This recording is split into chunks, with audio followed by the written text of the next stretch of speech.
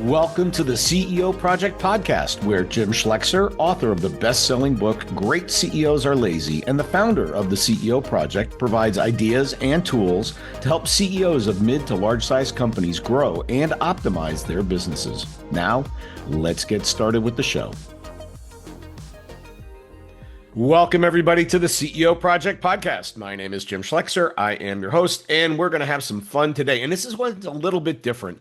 You know, when you mention the words chicken salad, you don't realize how emotional that is. There is a group of people, or are a group of people in the United States, that are chicken salad fanatics. And they will begin to tell you about where the best chicken salad is, and this one's better than that one. But I'm going to tell you that the person we have today has the organization that has America's best Southern style chicken salad. And he's working hard to prove that to everybody who's listening.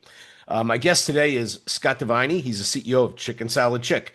He's grown the enterprise tenfold in 10 years, from 32 restaurants in 6 states when he started to 309. It's actually scraping up probably on 400 this year in 22. And I think that's a bigger number now too. We'll be in 30 states by the end of 2026. Chicken Salad Chick is all about people, says Deviney. It's about taking care of our restaurant and franchise teams, taking care of our guests, making chicken salad fresh every day from scratch is our way to love on people. He grew up in Georgia, and he credits his parents for his work ethic. He started as a banker and then jumped out into the franchising business where he bought 19 Wendy's fast food restaurants. He later sold those and then bought Chicken Salad Chick with a private equity partner. And we're going to hear all about it and the expansion and what's happening next. So, Scott, welcome. Thank you very much, Jim. Good to be with you. Thanks for having me and let me tell the story. Uh, Absolutely. And fair disclosure, I am a Chicken Salad Chick franchise owner. So just if you hear me say anything that's incredibly positive towards Chicken Salad Chick, it comes from a place of love. So You have a vested interest in our success, right? I do. So what got you to jump from banking, and you sort of specialized in food and franchise operations? What caused you to jump from that over to becoming an owner? Why'd you decide to do that? Jim, it's funny, when I started my career as a banker, I started on a training program at a bank in the mid 90s when that's what a lot of people did. And I would have thought, man, this is the greatest thing ever. I'm going to retire as a banker. It's going to be the best thing ever. And, so I spent a couple of years in New York doing large corporate, which was a blast. Best experience I ever had was move to New York. I'd never been to New York till I moved there. Wow. And then we started a food and beverage group at the bank, and I started calling on entrepreneurs all over the country, people that were either Anheuser-Busch distributors or liquor distributors or Coke bottlers or restaurateurs, right? And they had anywhere from, let's say, 25 restaurants to several hundred, Burger Kings, Pizza Huts, Papa John's, you name it. And I fell in love with, every time I would meet with a franchise owner of any of those, all of them would say the same thing. It's people. Doesn't matter what you do, doesn't matter the product, doesn't matter what you're trying to get out of your life, but it's all people. And so I really fell in love and adopted this like persona of I want to be around people. It's kind of what has always driven me. I love people. I love finding out where you're from, what makes you tick and what was your background like and what were your parents like and all this kind of stuff. And I've Mhm. always been fascinated with it. So when I started thinking about the entrepreneurial world a little bit, and it probably took 3 or 4 years. I had a friend, um, you know, talk to me about some Wendy's restaurants he owned, and we played golf together. And we talked a little bit about it. He said, "Look, if you ever find something, I'll be happy to look at it with you." So I looked at things, Arby's, whatever, through the years, and finally he called me one day and said, "Look, I'm thinking about selling my 52 restaurants." And I said, "Well, you've got 19 here in Atlanta. Let me buy those. I don't want to touch the other ones you have. They're all in Florida." I was like, I young family, whatever. I want to just be close to home and not travel.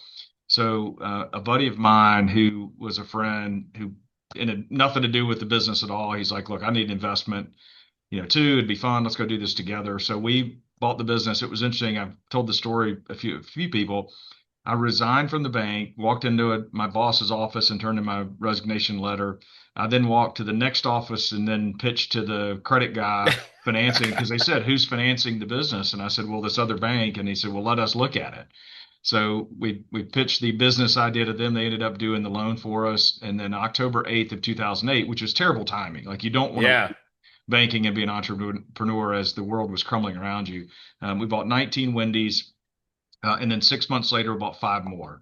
And I Wow. was doing it day to day. And I learned, as much as I could possibly learn, good, bad, and ugly through that process. I could, work the grill. I could make a sandwich. I could work the fry station. I wasn't the best at ringing up stuff on the register, and Yeah. I wasn't the fastest sandwich maker, but I could jump in and help. And it was a stressful place. Wendy's went through four CEOs in 6 years, Yeah. four strategies, four new building designs. Every conference was different. We're going to do this, we're going to do this, we're going to do this. And after that, fourth one, it was time to move on. Yeah. Yeah. You just weren't on a good ship at that point, right? So I can perform at a very high level, but ship's heading in the wrong direction. That doesn't work. Yeah, Um, so there's a lot of debt on that business then. there was. And part of what prompted it, and this is, I think Wendy's, it was growing up, it was the place, right? Oh It was yeah. the Yeah. best burger, you had great fries, you had the frosty, the chili, and all this stuff. And people remember salad bars and all that. But just at the core, it was great burgers, fries, and a frosty. Yep. And that was sort of what I envisioned. And you realize as we get older that sometimes a building that looked great 20 years later doesn't look as great. And Yeah. I think Wendy's fell behind a little bit in keeping up with the changing buildings and stuff that McDonald's and Chick-fil-A and people like that were doing. And so when we still had all the debt from buying the business and personally guaranteeing the debt and the leases and everything Hmm. else, and then the last CEO, who I think did a great job, his strategy was we're going to go put somewhere between 250 and $750,000 in every single store. Woof. when Yeah. you and you got to do it, by the way, pretty quickly. And so when you start doing the math, you're like, okay, we're probably going to need some outside equity. And if we're going to do that, this is not the business I feel comfortable over the next 10 years repaying, because I don't Yep. think that they're connecting with the youth of tomorrow. And so there was a lot of reasons like that. It was like, you don't want to go bring on equity in a business that you don't think has the right path for the next 10 years. Yeah. Got it. And the refresh really drove that conversation or that mental calculus. Yeah. Yes. So we're getting away from Wendy's. It's time to sell that. How did you find Stacy Brown and Chicken Salad Chick? I mean, I know you're in Georgia, but I don't think they were in Georgia at that point, were they? They had a couple. So Had a it's couple. Okay. interesting.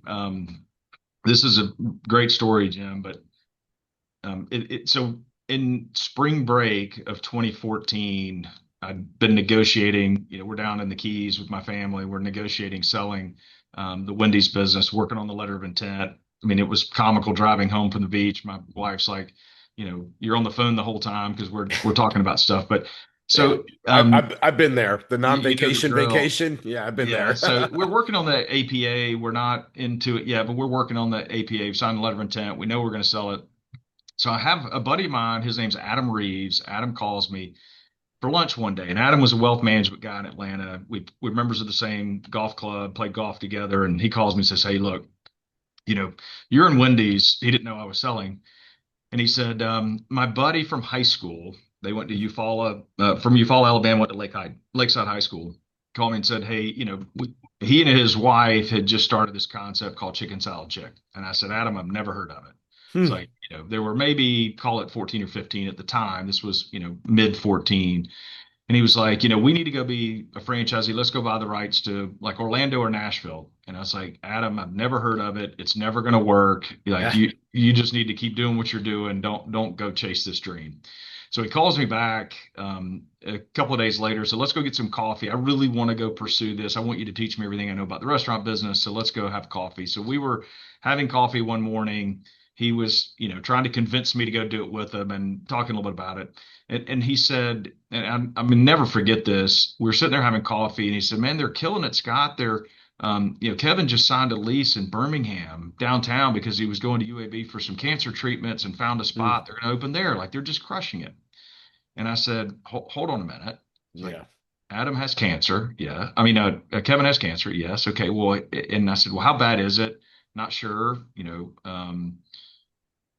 Let's buy the business. Like I've got a desire to buy a business and build it and kind of learn, take everything you've learned through the years and grow it. So Kevin can take some money off the table and go focus on his health and, live life." And Adam was like, well, okay, well, let me talk to him. And so that night they were having dinner. Adam was telling Kevin about me, I think, more to be a franchisee. And Kevin said, well, y'all should just buy the business together. So he called me the Wow. next day, very prophetic, and was like, look, I think you're right. Maybe let's go spend some time with Kevin. And so we did. We went down to play golf. I tell the story funny. We were going to go to Auburn. We were going to play 18 holes, have lunch, come home. Hmm. We played 18 holes. We had lunch. We played 18 more holes, and then we ended up at Kevin and Stacy's, where Stacy's childhood friend, who's Sassy Scotty, is named after. They were Right. all there, and so we spent the full day together. And Kevin and I talked forever about the business. And when we were leaving, he said, "Look, I think, here's a rough price I'm looking for, and I think it's worth this. And you seem to know everything about the business, and let's go, move forward if you can put a deal together." So I got home, I called a friend of mine they had recently started their own private equity shop. They'd um, morphed out of a private equity group where they were running a big business in the US, and they formed their own PE shop and didn't have a fund. It was all past the hat. Wow. Funless fun. And so I went to them and I said, hey, this little small concept, I'd like to buy it. We want to partner up together. Let's go do it together. And their comment was very similar. Never heard of it. It's pretty small, probably not interested, but let us look at it with you and we'll figure out where you can find the equity. And so that was, call it the summer of 14, if you will, kind of June-ish. Hmm. December 31st, we signed a letter of intent. And then May 1st, 2015, we closed on the acquisition. Nice. That's great. And what did you see in Chicken Salad Chick that made you say this is a way better answer than Wendy's? It was so like the whole world's right in front of your eyes kind of idea. It was female focused. Hmm. It was fresh made food. There was a category of one. There was nothing like it. Where Yeah. coming out of the burger business, where it's 18 to 34-year-old male slugging it out with every other concept in the world, price sensitive, et cetera. You walk in and you mention it, happiness. You walk into a chicken salad chick. At that point, we did a lot of homework, a lot of time in Kaylin's store in Marietta, Georgia. She had just Yeah. opened. And you'd walk in and there was just happiness.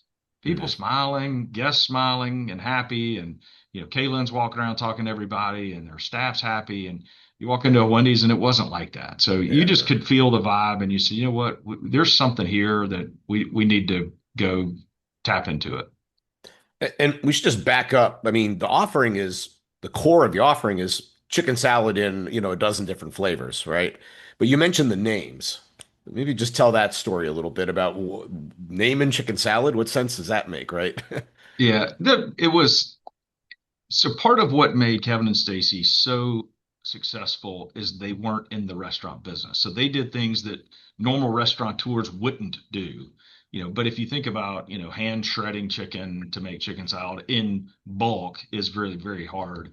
Yeah. But the story, the way it was told to me was Kevin and Stacy, when they were going through this process, they were, she was already selling door to door a lot of flavors, you should say so and so who's a neighbor likes buffalo wings, so let's make a buffalo chicken salad. And so likes, fruits and nuts in there, so I'm going to make, this apples, grapes, and pecans. And I think they were talking about it one night. The way I understood the story, they were sitting around one night, Kevin and Stacey talking, and Kevin sort of jokingly said, "Yeah, we should give them chick names."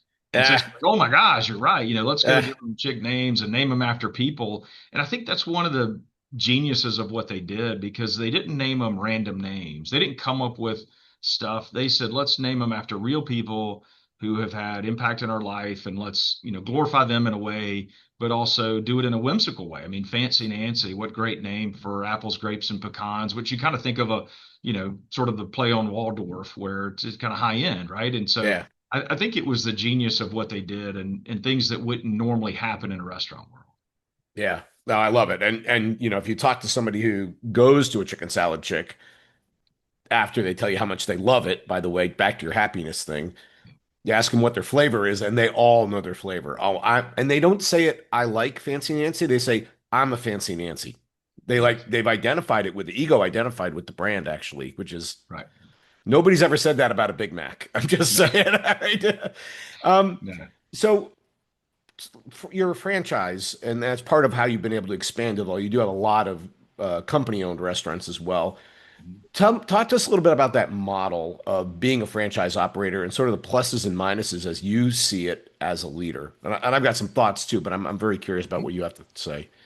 Well, I would say a couple things. Number one, I knew the franchise business as a banker and as a franchisee, right? Yep. Going in to be a franchisor, it is a different skill set. It's not always transferable and relatable and things like that. We were lucky in the early days because Eagle Merchant, who was our original private equity group, they asked if Russ Umfenauer could join as chairman of the board. And Russ, for his background, super successful. He had a total of I think 775 Arby's at his Oh peak, boy. plus Wow. some other, brands along the way. And then when he sold his RTM restaurant group to Arby's corporate, he also became the CEO of Focus Brands for about 5 years or so. And Focus was a conglomerate of like six different brands. And so Russ had done already go franchisee to franchisor. And so I was lucky enough to have him as chairman for 5 years roughly, where we talked a lot about how to be a good franchisor and what does it take and how should we look at the world and where to give franchisees latitude, where not to give franchisees latitude. That clearly as a mentor helped me tremendously. And I always said at the very beginning, kind of the blind spot as a leader for me was marketing. Mm. I can do the nuts and bolts, but marketing is a little more creative, and that wasn't always my frame of mind. So, you know, but as you know, in this business, everybody's a marketing expert, certainly in the restaurant business or a franchisee. Everybody Yeah. knows marketing very, very well. And if you ask them, they'll tell you. But that whole idea of, and if you think about it, this kind of fits the personality. And I think part of why we've been very successful. I've been a banker, so I understand financials, right? I can do that. I understand being a franchisee where things change a lot and you're constantly moving and you kind of lose who you are or maybe the core. And now sitting in the franchisor spot, I think you have to be a very good people person and be a servant leader. Mm. And I Mm. think that's where I've had a lot of luck and success, mostly luck, but because I can read people and bring people together for a common good, everybody working in the right direction, trying to be like a real tight woven cloth that you can't break. And I think we've had success because of that. That servant leader that I know good and well that my success comes from a franchisee success. Now, you mentioned we have company stores. Don't discount that at all. That's Yep. roughly 20% of our store count is company stores, and they do great, and it's a great business to run. Almost 2,500 employees. But given 330 stores today, given the few we've opened over the last however many months, it is a servant leadership role. And if you don't have that kind of heart and you're very ego driven, it is hard to be successful as a franchisor. You Yeah. have to really rely on franchisees and allow that American dream of entrepreneurial spirit to take hold. Yep. And there's always a yin and yang on the power balance between the franchisor and the franchisee, particularly when you have multi-unit, relatively sophisticated business people on the other side.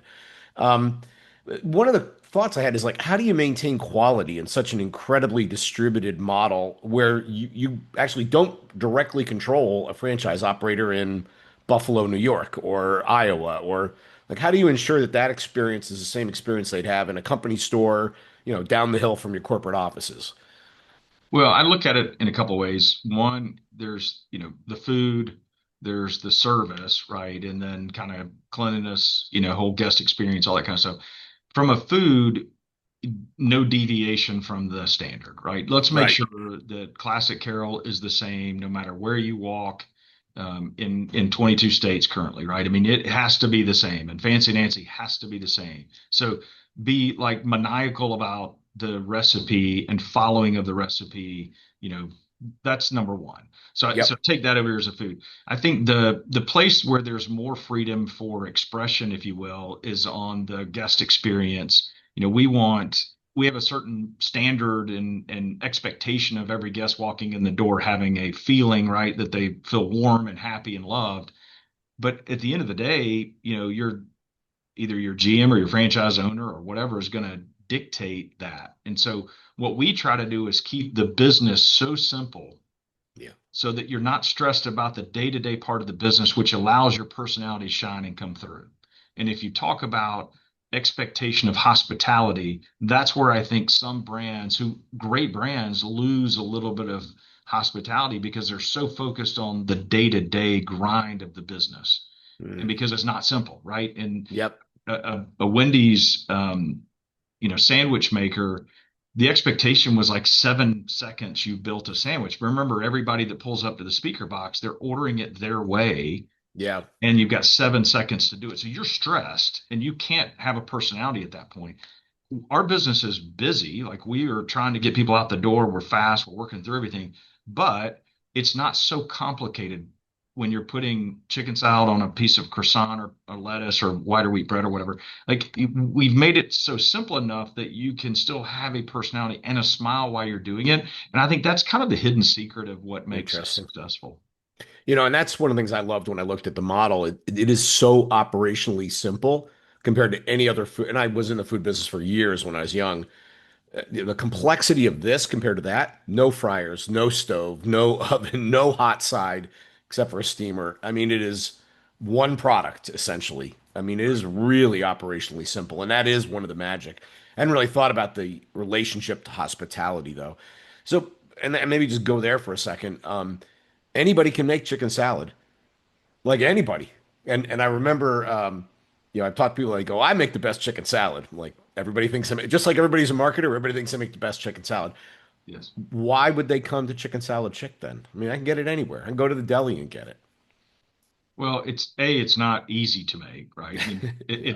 it's a little bit time consuming. You have to plan for it, and if you don't follow the exact same recipe, it might taste a little bit different every time. Which a lot of Hmm. people, a little dab of this and a little dab of that. So ours is extremely simple. The classic Carol, which is the unbelievable traditional chicken salad, is great, and not too much mayonnaise, not dry. Like, it is the perfect combination of I have a. to support that position, yes. And I've I sampled, I did my own market survey. I tested all the ones in the area. I'm like, no, no, we kick all of their butts. There's no doubt Yeah, about it. Yeah. right. And not to say someone's, might like it a little more chunky or whatever, but like, if you just take the random sample, I think we're going to win on taste every time, right? So Yep. that's the one thing, is, say your grandmother or whatever, your mom's, your wife's, whatever, is their chicken salad the best? Sure. Yeah, we'll say that all the time, but you got to go Yeah. make it. And ours, you don't have to. You can get Yeah. a really excellent, tasting chicken salad by just walking in, and you don't have to make it. I think that is the key, that, people can make great chicken salad, but it is kind of time consuming. And ours is, you walk in and you met with a smile and you walk out with a really great product. Yeah. I think the hospitality is the other element that Chicken Salad Chick really excels at. So how do you ensure that culture across the entire brand, that high hospitality, friendly culture? How do you ensure that? Well, I think it starts with us, right? And one of the early days of taking over, trying to figure out, what is your purpose? What Mhm. is your why? And we spent a great deal of time on that in the early days. And if you take some of what um, Kevin and Stacy had started with when they started in '08. Remember, we bought it in 15. So over a 7 year window, they had built a couple of company stores and then slowly starting to build. And so, okay, we're like, all right, what makes us successful? But what is our why? Why do we do what we do? Now, chicken salad is the product, grape salad, broccoli salad, soup, sides, whatever. But why do we do what we do? And it came down to spread joy, enrich lives, and serve others. And that's it, right? Yep. We can do it through great chicken salad made from scratch, but at the heart of what we do, that's our why. And it's easy to say it. It's easy to write it on the wall. It's easy to use it as a tagline. But for us, I think we try to live it. Again, back to people.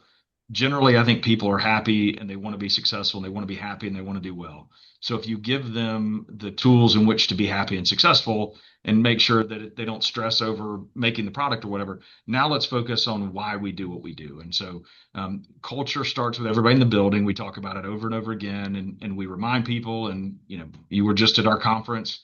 We put the brand pyramid up day one as a reminder of, this is who we are. We spread joy, we enrich lives, we serve others.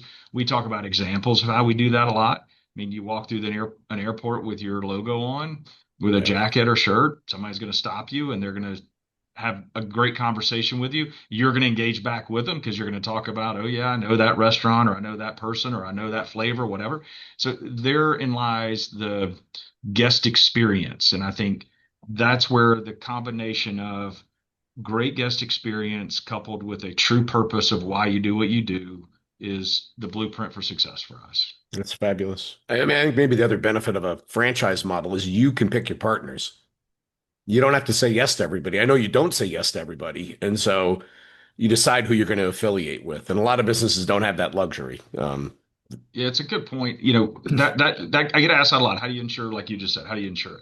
I think being very, very, very disciplined to the approach of franchising and Mm, making sure that every franchisee that calls on us and says, I want to be a franchisee of Chicken Salad Chick, they have to fit that spread joy and rich life, serve other model.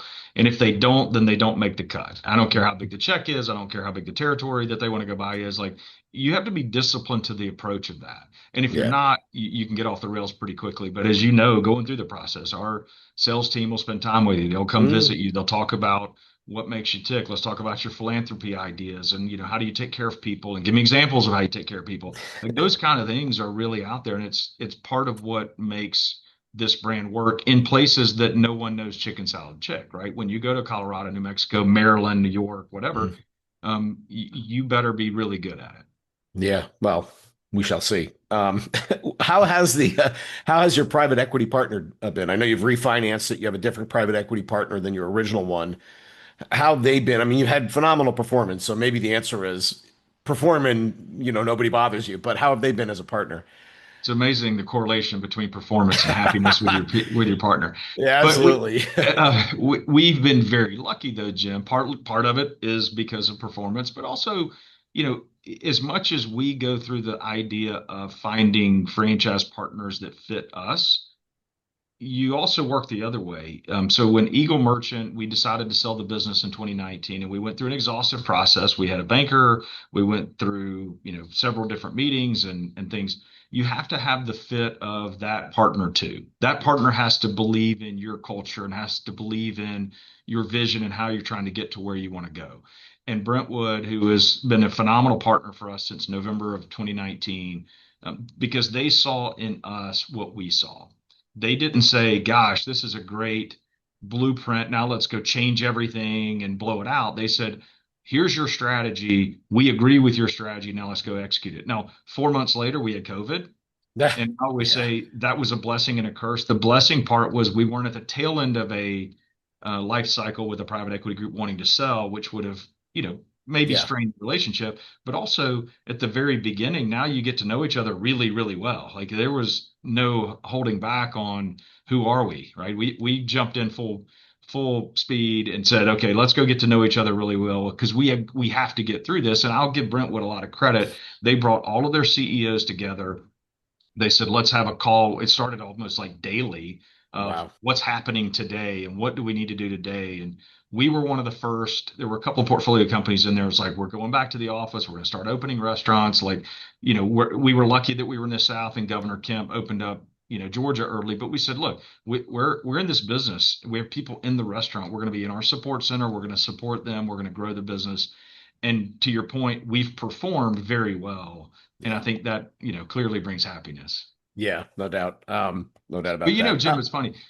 Most of the stuff you read in whatever periodical is usually negative around private equity, right? There are very few warm and fuzzy stories make the press. It's the bad stuff that people want to read. So Yeah. I believe you get kind of caught up in the 80-20 rule. You read the 20% negative, but there's 80% of private equity that works really well day to day.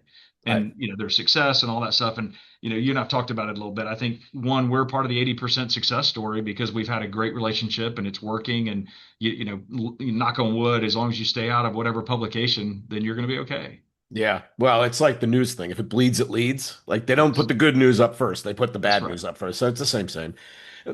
How do you handle innovation? I mean, you talked about Wendy's getting a little stuck. Um, and so innovation has got to be part of the brand. You love the core model, but there's always opportunities to be a little bit better. How do you guys manage innovation in this distributed model? Is it all from the center? Do you look to your franchise operators to sometimes innovate? How do you think about that? I think a good idea comes from anywhere. And if you go back to the Michael Abrashoff, it's your ship model, then everybody's free game, right? So Yep. we'll get ideas from anybody and everywhere, franchise owners, support center GMs, whoever. Let's have we tried this? Have we tried that? So number one, you have to be willing to say good ideas come from anywhere. Hmm. And we kind of have that mentality, but we do have a person who is here running culinary for us, and she is in charge of the broader scope of culinary and what we're trying to do with taste profiles and things like that. So the core menu is the core menu. Does that mean it always stays the same? Maybe, maybe not. Can you tweak some of the 12 flavors? Maybe some gets retired, maybe some gets added, whatever. And that's kind of our job, is to constantly monitor the data and the taste profiles to say, is it working? The example, as we know, last fall we pulled egg salad out of our business. It's a great product, but we didn't sell much of it, candidly. And Yeah. so by the time you make it and clean up after yourself, and it is, some cases, one of those products where you have to be very careful about it, we realized it wasn't worth it, so we pulled it out. So that's an example of understanding the data and the customer and making sure that you are on top of it. But on the other side we rolled a limited time only last year called Maui Mama, which took every ingredient that we already have in the building. It Yeah. was, how do you take jalapenos and pineapple, right, and bacon, and now mix those together with your classic flavor of chicken salad. And oh gosh, it's a whole different taste profile, and guests loved it. So, you know, the great idea comes from anywhere. It's up to Gabby and the team that she's put together with the culinary to say, what do we do? How do we go test it? Now, if it tests well, then how do we bring it to market? Well, and I appreciate that data orientation, right? We'll take the idea, love the idea, let the data speak. And that is very culturally chicken salad chick, I think, is data. Data is going to tell us the answer, which is That's right. great. It's not just gut. So what's next for chicken salad chick, Scott? Oh gosh, the best part of our business is we're just getting started. Yeah, no, you've got Um, a bunch of states to go to. You got the whole country to roll out to. Yeah, our vision is America's favorite place for chicken salad, and we're in 22 states, soon to be in 30, as you mentioned, which means we still have another 20 to go. And we're starting to get interest from those. We've had interest for a long time. We're starting to get more and more interest, but we are very disciplined to concentric circle growth. So we're going state by state. But that means over the next few years, we're going to be in hopefully all 50 states. We've had lots of requests for international. We've got to mm, decide what that looks like for us. You also have a lot of requests for non-traditional spaces, whether that's airports, or we're already in some colleges and hospitals, but you can do airports a little better. You can do stuff non-traditionally. And so I think for us, we're still scratching the surface at 330, as you mentioned, on our way to 400. And then, our next sort of milestone that we'll celebrate is 500 restaurants and $1 billion in system-wide sales. I think nice. that's, a good number for us to throw out there and celebrate. But we're just getting started. The brand awareness, as good as it is still fairly, unknown. So we've got a lot of opportunity for us and a lot of upside. Okay. Maybe last question. As you expand geographically, it's a very Southern brand, at least in its roots, and the hospitality model. And what have you seen change as you move into other geographies? This is not a monolithic country. It's a bunch of cultural islands. So what have you seen change as you move across the country? What we've seen when we first went through this, started expanding, years ago, we thought, regional flavors, taste profiles, whatever. What we have found in 330 restaurants is Classic Carol's number one seller. Yeah. People Yep. want great flavor, great food made from scratch, and it's something different that you can't get everywhere. And oh, by the way, when you couple that with hospitality and smiles and, attentive service, if you will, and that kind of idea of spread joy, enrich life, serve others, be in the community. That's where it so far hasn't, nowhere is a barrier to us. I mean, New Mexico, Colorado, Maryland, Virginia, Michigan, wherever we are, that same model works. Give Yep. great service, great tasting food, and the number one sellers are typically the number one sellers. Nice. Well, this has been great, Scott. I really appreciate you taking the time to share what you're doing with the business and where you're going. It's a great brand, great company, and you're doing a really good job. So, Thank you, Jim. Appreciate it. if somebody wanted to explore Chicken Salad Chick, what would be the best way to reach out and understand it a little bit better? The best way is just go to our website and read a little bit about the history and the story. There are lots of different ways to do that, but there's franchise inquiries, and if you go to that tab, there's a lot of different steps to becoming a franchise owner. Also, what are the requirements to be a franchise owner? What territories are available? But as a consumer, start with the website, and then to your point, maybe go look at some of the reviews and see how much love is out there for the Yeah. brand and go try it. I say go to a restaurant, right? Go to a restaurant, food in mouth, and don't sleep on the grape salad. Make sure you get a bite of that, and then find your flavor. Try them all. There you go. On that note, on the try 'em all note, we will thank you for coming, Scott. Really appreciate it. Thanks, Jim. Thanks for letting me tell the story. Absolutely. And for those who joined you, I hope you learned something new today, and we'll see you next time on the CEO Project Podcast. Thanks for listening to the CEO Project Podcast. We'll see you next time. Be sure to subscribe to get all the future episodes and check out our website, www.theceoproject.com.